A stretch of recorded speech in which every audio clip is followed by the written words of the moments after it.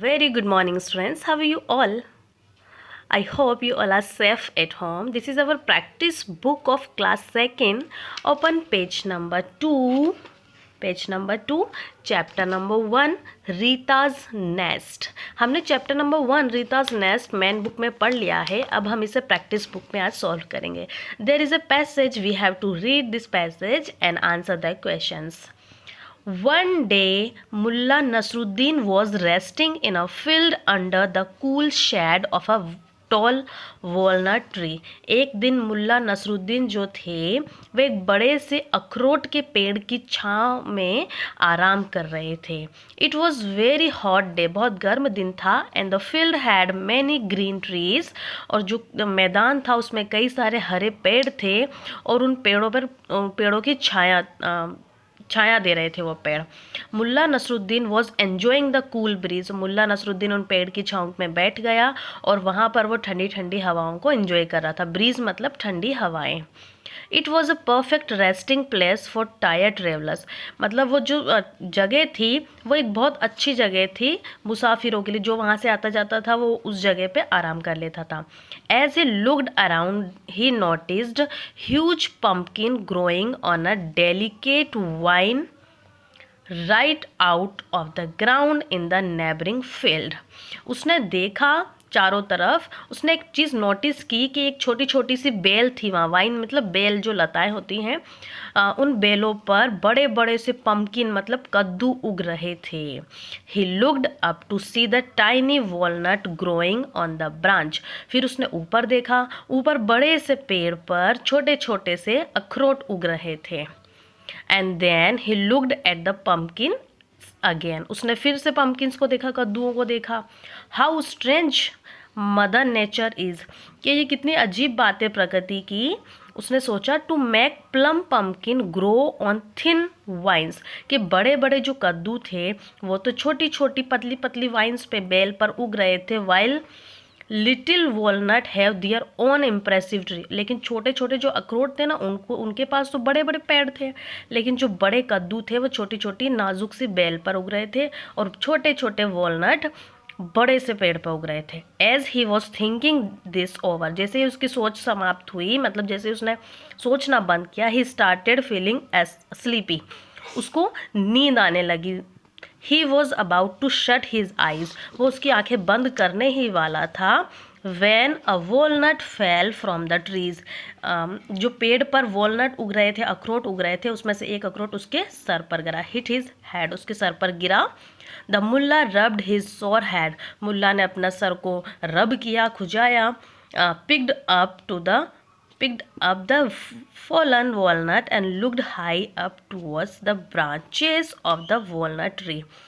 और फिर उसने उसको जैसे उसने अपने सर पे देखा तो बड़ा एक छोटा सा वॉलनट अखरोट उसके सर पे गिरा. फिर उसने ऊपर देखा पेड़ की शाखाओं पे.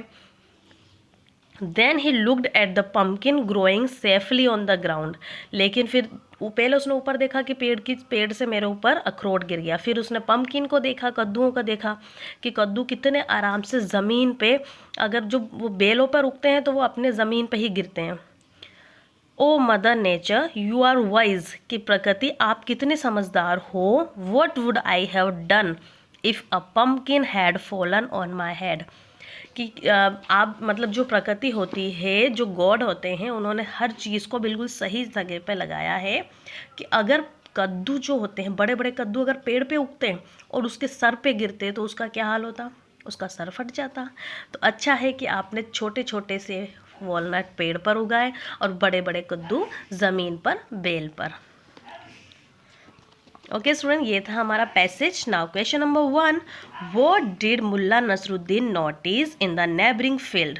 नेबरिंग फील्ड में मतलब जो मैदान था, पड़ोस का मैदान, उस पर मुल्ला नसरुद्दीन ने क्या नोटिस किया. ही noticed huge pumpkin growing on delicate wine. उसने ये नोटिस किया कि देखो बड़े बड़े कद्दू जो है वो छोटी छोटी पतली पतली बेलों पर उग रहे हैं.